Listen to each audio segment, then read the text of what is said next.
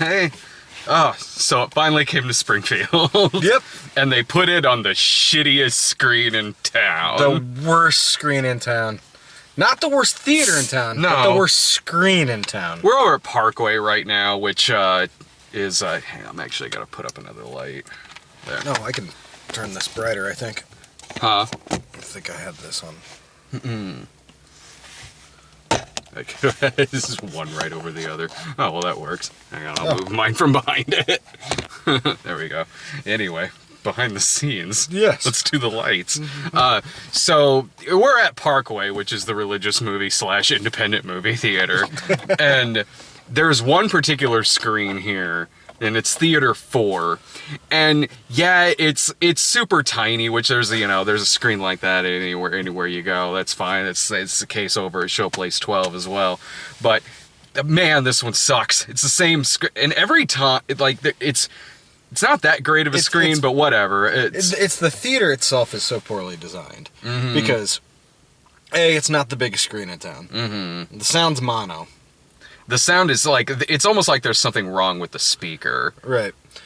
And for me, the worst part is that the aisle, instead of being on the sides, is straight down the fucking middle. Oh, right. So no matter what, you have to sit to the side. Mm-hmm. And the slope is so shallow on it that to sit at a good distance from the screen, you have to lean way back in your seat, but the seats don't recline at all. So you're just kind of like at this weird angle.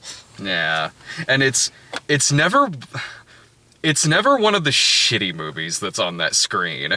It's never God's Not Dead or War Room or Case for Christ or Hillary's America.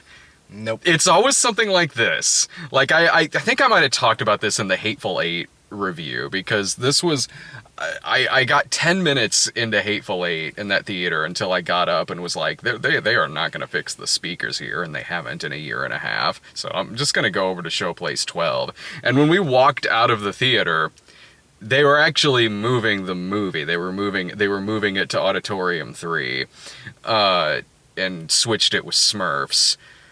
So somebody who saw that marquee and was like, oh, I want to take a peek at Smurfs is going to be in for a surprise. Oh, they're Scottish this time. Fuck. Not like, yeah, man. But anyway, so that was annoying. I think I almost got to start getting used to that whenever we go see a fairly decent movie here, that it might be on like the shitty fucking screen with the not so great sound. But anyway, I really liked this movie. So did I. It's one of those movies that it's a sequel. Oh, yeah. 20 years after the fact. Mm-hmm. And while it embraces that it's a sequel 20 years after the fact, it definitely does. It's still one of those things. It's like, is this necessary? And I understand there's sequels to the books. Yeah, porno. Yeah. The first movie is such a good standalone movie, and it has a ending that is more than enough for you to feel satisfied and not really wonder anymore, in my opinion. You kind of do. As the years go by, you kind of sit there and you're like, I wonder what these guys are up to 20 years later. And you kind of wonder that about a lot of movies like that. But in this one, it's just like, but even after the first movie with its somewhat uplifting ending, 20 years later, in my brain, it's always like, 20 years later, these are all sad stories. And it is. I'm glad they went for it. To me, this movie's not bad unnecessary. No, it's not bad unnecessary. Beauty and the Beast is bad unnecessary. No, this was unnecessary, but I'm glad it happened. No, yeah. You know what I mean? It's like, sure. Oh, okay. Yeah, I wouldn't have made it, but let's watch it. Oh, fuck, that's a good movie. Yeah, it is. It is. I liked, actually, because, you know, it's like I said, like a lot of the movies we grew up with as teenagers, this being one of them, we watched the first one many, many times when it came out. Right. Many times. Yeah, a lot. So, and we've talked about that before in different things, in different videos, and even just shooting the shit about movies, where it's like, I wonder what that person is doing now, what that character is kind of doing nowadays. And this movie kind of went for that and really answered that question. And I appreciated that. And what I do appreciate about this movie is that the movie in and of itself is it could stand. You don't have to see the first one to enjoy this movie. You really No. don't. Well, I mean, no. I mean, you won't be confused necessarily, but I went back and rewatched the first one again today. We've seen the first one many, many times. It's been maybe 10 or more years since I've sat down and watched the first one, but I've seen it enough to where it's like, yeah, I remember everything that happens in that movie, but you know what? Maybe I'll go just for like a refresher. I'll go back. And it's still fucking great. Like, of course the movie holds up. It's like saying, hey, did you know Clockwork Orange holds up? So, but like the way that this movie is structured and a lot of like kind of interesting flashbacks that they do in it, it plays with the style a lot when it flashes back to the first movie. It does kind of catch you up on things as you're watching it, if it's been over 10 years since you've seen it, or maybe if you haven't seen it since it first came out. But what I like about the movie is that not only is the movie about nostalgia, the movie is completely about nostalgia, but it's about bad nostalgia. Yeah, it's definitely mostly about Ewan McGregor and Johnny Lee Miller, coming back together and their lives coming back together after 20 years and going, hey, you remember when we did this? Yeah. Wasn't that fun? Let's try that again. And it's like, no, don't do that, guys. Yeah, it is kind of them reflecting on, like, here are times that are certainly memorable, and, we can talk about them, we can have a drink over them and stuff like that, but at the end of the day, we're lucky to be alive, really lucky to be alive. And I like that about this movie, because usually when you do get a 20-year later sequel, yeah, it's typically about nostalgia. It's typically a reunion movie, whether it's good or bad. But this one, what I appreciated about this was it was about people reflecting on really bad times. Well, and it's nostalgia, too, not only for the characters, but for the audience. Yeah. But in a way that's so... You can tell this wasn't made because studio executives wanted it made, or they thought it was going to make a ton of money. It was made because the people that made the movie were like, do you want to do that again? Like, wouldn't it be... Like, you could tell they made it for themselves, I think. And I think that made it it's like, compare it to Independence Day 2, which was a cash grab. Yeah. Like, and you think of movies of that time period, and to me, Trainspotting is, Independence Day was one of the biggest movies ever of that era, but I think about Trainspotting more than I think of Independence Day. Certainly. Yeah. The movies are both night and day. Oh, no, absolutely. But yeah, I certainly do too. Yeah. There's a bigger chance that a sequel to Trainspotting is going to be good compared to like a sequel to Independence Day being good. Yeah. And when I watched the first one earlier, like, it was cool because it's been a while since I've seen it, and I was certainly thinking back to times like when you, Mike, Buford would hang out in your folks' basement watching stuff like this until like 4 a.m. I didn't see the first one in the theater, but I did see it like when it was a new release at the video store, and that was. That was cool, certainly in this regard. With this movie, since it is about them kind of, or at least in terms of Mark Renton in the movie, reflecting back on his junkier days, when I was watching this, I was certainly reflecting back on just really awful shit from my early 20s, early mid-20s, like the days when I was putting what the fuck ever up my goddamn nose, and I was sitting there going like, man, like, yeah, I'm thinking about a lot of that stuff, and I'm laughing, certainly, but I'm like, god damn, those were shitty days. Yeah. Well, I feel the same way about my early 20s, and it's just, in retrospect, my early 20s were fine, like, I did my fair share of shit too, but most of that was honestly over by my early to mid-20s. But I think back in those days, and it's just like, yeah, it was fun at the time, but fuck me if I would ever want to relive it. Oh, I would, no. You know, I was so glad to turn 30. Like, Yeah. seriously. No, 30's great. Yeah, 30's so great. I was so fucking glad to turn 30. I was glad my 20s were behind me. And yeah, certainly, I can think back on nights in my early 20s that were really good. But when you think about it harder, for every good one, there's about 10 fucking shitty ones. Oh, yeah. Especially if you were doing a lot of the shit that at least I was doing, and maybe, like, I don't... most of my real stupid shit was over by the time I was 21. Oh, God, mine was... I was just getting started. Well, Fuck. you know, I'd quite frankly, like, you had that stuff going on. I had what was well on my way to probably being a serious alcohol problem. Uh-huh. I drank more than all you fuckers combined. My thirst for partying went a really, really, really long time. The harder stuff, I was past that by my late 20s, maybe. And it wasn't so much that, like, you know, I should really kick this habit. Like, you know, I gotta really clean myself up. No, I just got really broke. Like, I had no more shit to sell. Yeah. I had no more fucking shit to sell. Like, there's one saving grace or if there's one silver lining in all of that, it's like, well, I do have, like, funny stories. You know? Yeah. Like, I absolutely do. Like, remember in the first Trainspotting when, Spud shit the bed? Yeah. I never did that. Well, I never did. I was never in. I've never done heroin. Heroin wasn't mine. I've never done that before. No, But- no heroin. I actually have strong feelings against heroin. So Yeah. it's I was a cokehead, man. Like, through and through. But cocaine, like, even back then, I never had an interest in heroin.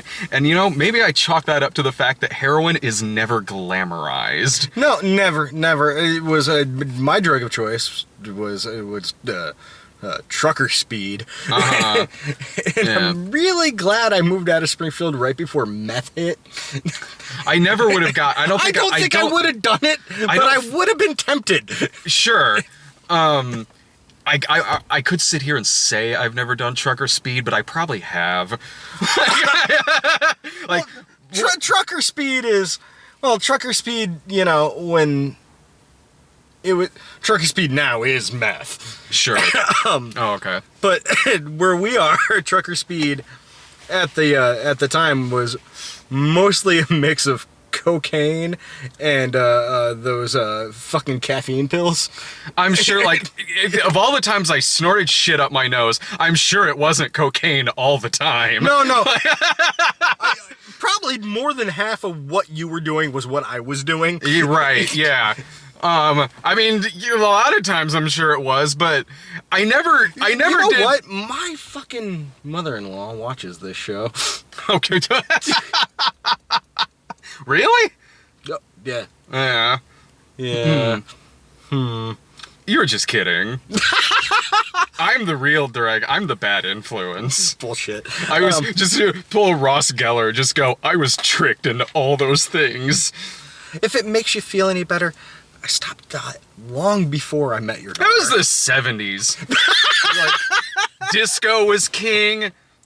Look, Andy Warhol was there. What else were we gonna do?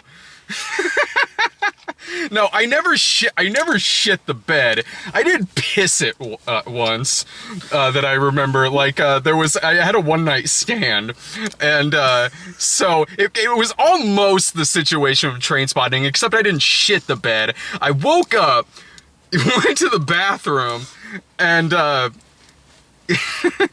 anyway, came out. This girl was just sitting there, like, just spraying the bed and, like, cleaning it. And I'm going like, oh, I'm really sorry about that.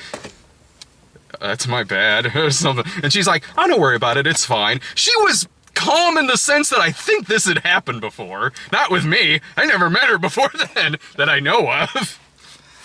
I got nothing like that because most of that, like, honestly, Most of my drug use was very much like, I like to be by myself.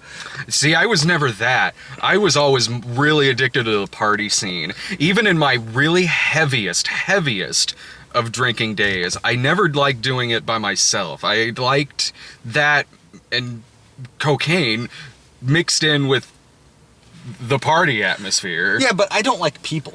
Well, normally I don't, but when I'm fucking just on what the fuck ever, yeah.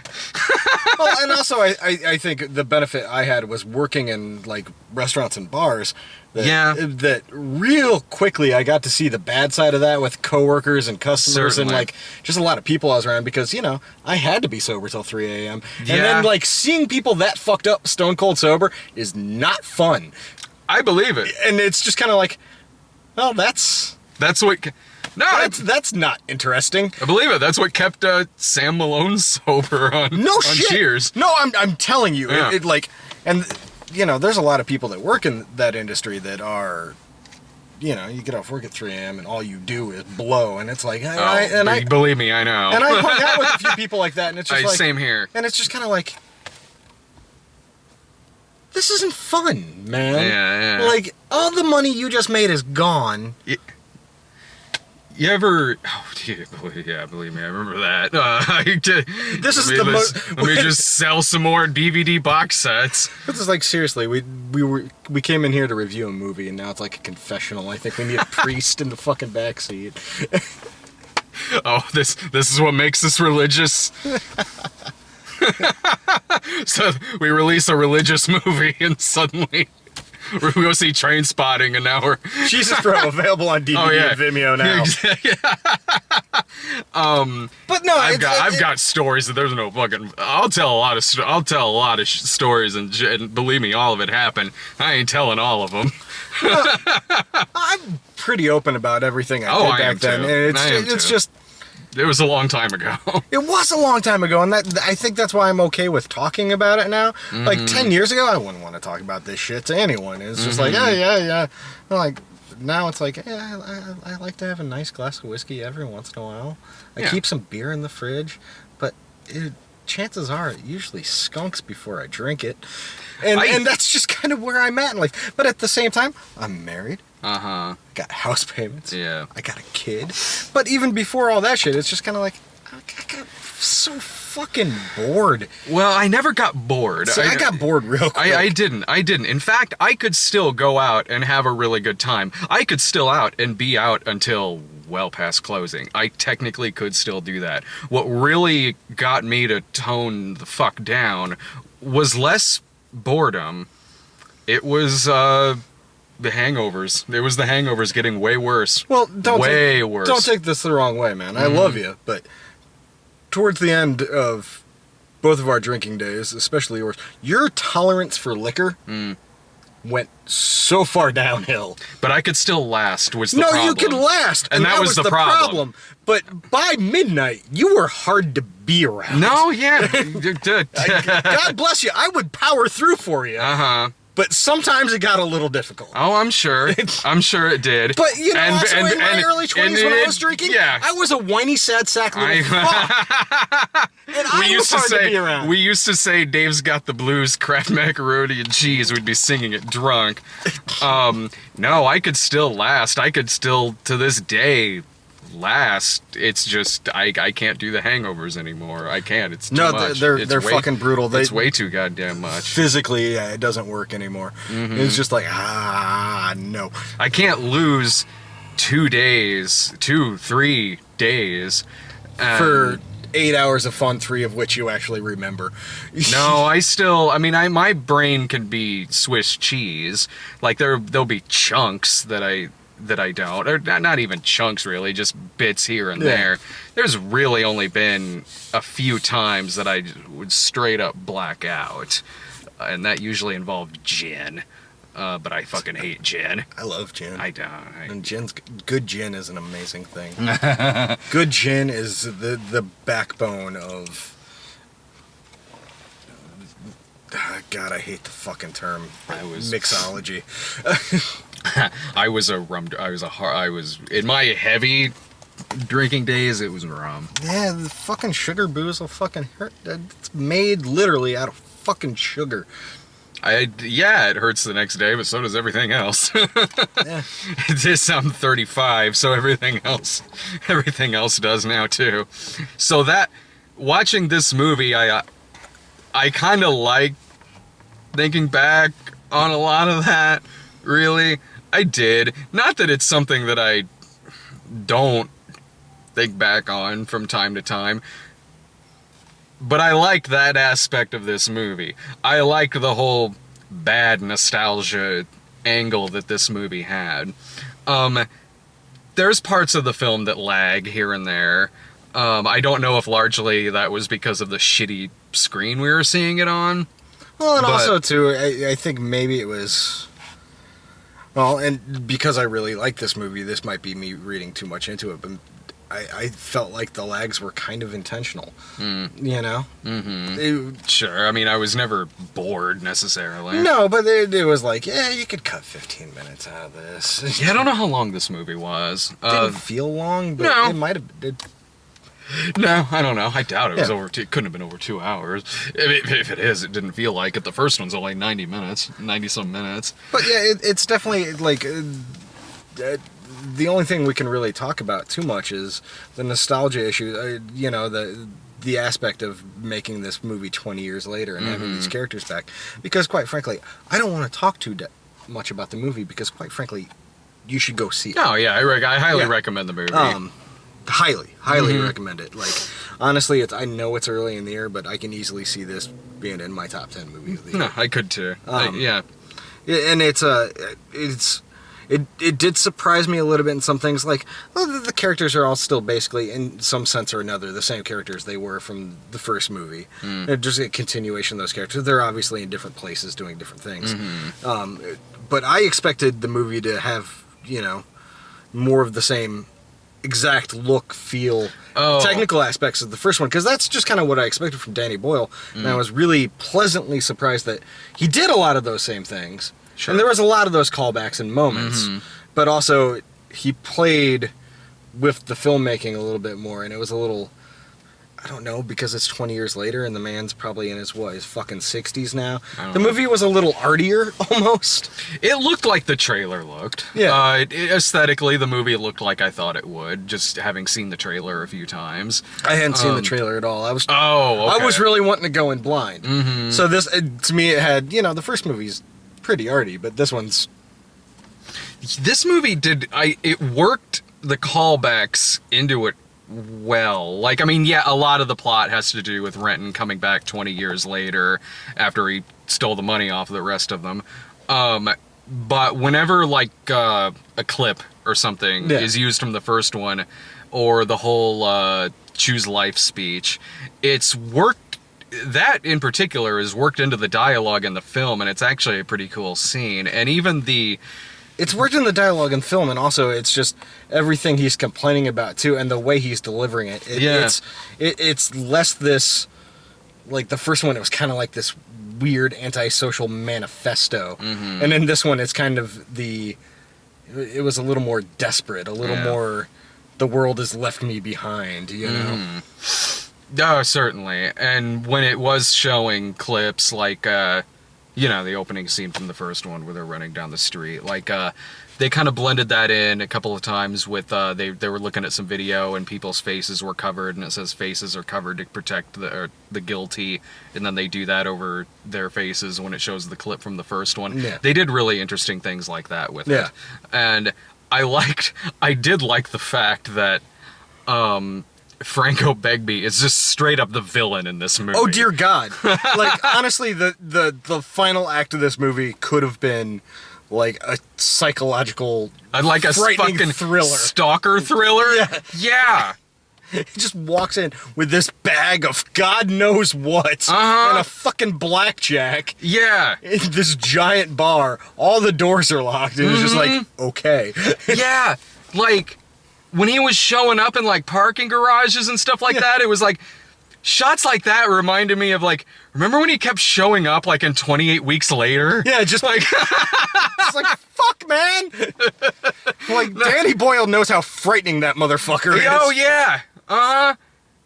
We were talking about this outside. We were like, remember when he played Hitler? Well, it's just like, Robert Carlyle is one of those actors that in my brain, like, when I'm going through, like, making a list of my favorite actors, I, for some reason, never think of Robert Carlyle until I see Robert Carlyle in something and I think, the man's amazing. Oh, God, like, I can't, like, he's been in some questionable movies, let's be honest, and some really questionable TV shows.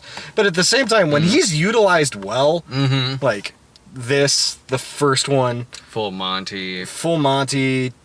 28 Weeks Later. Ravenous. Yeah. Oh my God. What's wrong, Colonel? You don't eat meat? That movie, I used to put on Ravenous to, like, in the background while I would, honestly, a lot of movies from that era were painting and drawing movies. That and a lot of Danny Boyle movies. Ravenous not being a Danny Boyle movie, but yeah, Ravenous.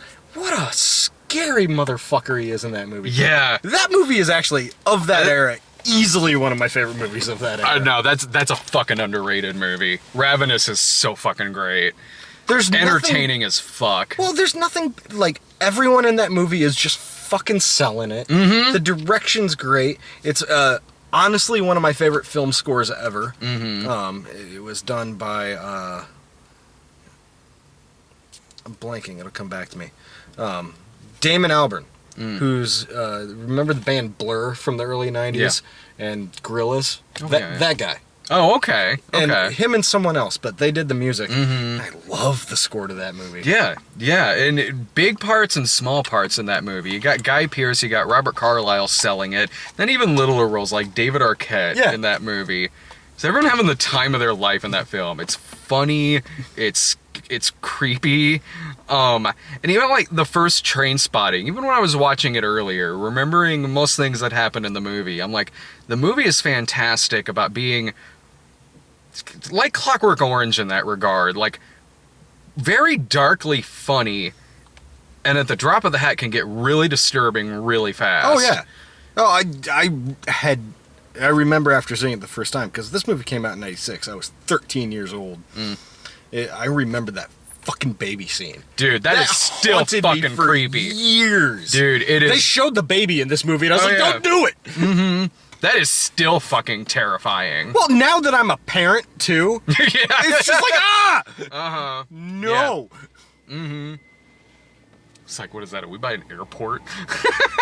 When did they put that in? Oh, we were reviewing it over at 12. We'd be here in the same train. Yeah. Look, it finally came to Springfield. Odds are it's probably playing fairly close to where you're at. You might have gotten it long before we did. A lot of other theaters did too. Yeah, sometimes it takes the print a while to get here. It feels like. Yeah. But we need to get Case for Christ here right away. Yeah. I rewatched God's Not Dead 2 the other day for the Snob episode. Oh, it's still hilarious. But one of the guys who was on the scene where they're bringing in authors to say, like, no, Jesus existed, that guy that at least Strobel, the actual guy, he comes in there and, like, it's a plug for their next movie, because he literally goes, some of you might know me as the author of Case for Christ. Coming soon from Pure Flix Pictures. On the drive to the theater, actually, there was a thing on NPR about how they're promoting those movies now. Yeah. That like, even, like, churchgoers and pastors are like, I'm not, no more.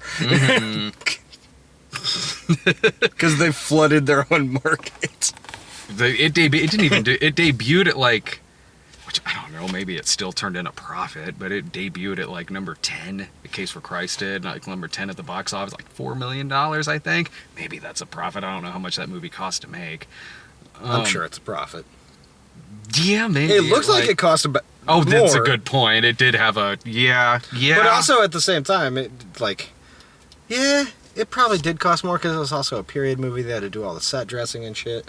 Which man, I hate to admit it, but like some of the technical aspects of that movie are acceptable. No, yeah. Of the Pure Flix movies, it is the best one. Oh yeah, if you're grading on a scale of just Pure Flix movies, that's the A+.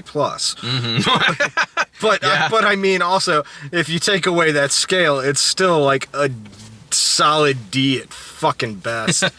Well, at least we got a good movie this weekend. No, absolutely, this was fantastic. I would love to talk about it more, but I also it's one of those rare times where I really don't want to spoil this movie. I really think people need to go see it. It's a really interesting. It's a character-driven movie. It is. There isn't a major plot to this movie. The plot is Mark Renton returns to Edinburgh, Yeah. and at the same time, fucking Yeah. Robert Carlyle breaks out of jail. Mm-hmm. That's the plot. Yeah. It's like but Trainspotting meets Less Than Zero. Yeah, but it is very much. It's about these four dudes basically coming to grips with being in their mid-40s. Yeah. Some of them are still addicts, and, well, you'll just have to see the movie. Yeah. It's some are addicts, some aren't, some are just. Mm-hmm. Just like, you know, what happens when a fucking junkie's your dad and shit like that, you Yeah. know? Oh, yeah. So, yeah, definitely go check the movie out. I don't think there's any, like, midweek. Oh, well, I think Sarah and I might try to watch something. We had a Patreon request for me and her to do a midnight screenings on a particular movie. You will never get one of those from me. People asking for me and you? Yeah. Oh, that'll happen. That'll totally happen.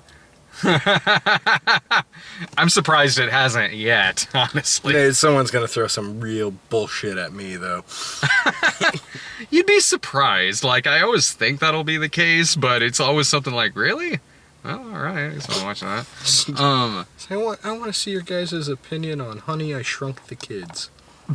Which I watched yesterday. Oh, It nice. fucking holds up. Awesome. Hope that gets requested to us. God. I'll watch that again. Fucking that Scorpion and Auntie. Oh, fuck that. Heartbreaking. Fucking heartbreaking. The movie really makes you want an oatmeal cream pie. Have those all the time. But I gotta say, the chocolate chip cream pie is far better. Those are really good. Next weekend, I'm at C2E2 in Chicago, but Go buy DVDs. yeah. Get things signed. Buy comic books. Sign our shit. Or wait, I mean, I'll sign the shit. You don't have No, to sign it. just walk up to here. the table and start signing things. Yeah, I just, highly encourage do it. you mind autographing this movie I made? I Person won't- buying a copy I of won't it. be there because Brad didn't invite me this year, but that's okay. We'll talk about it. No. Not after what happened last time, Mr. Masturbates under table. Listen. Sometimes you just gotta squeeze one off. I gotta work on my code. I think next Thursday, Brian and I are gonna try to see Unforgettable. That's definitely a me and Brian movie. See ya.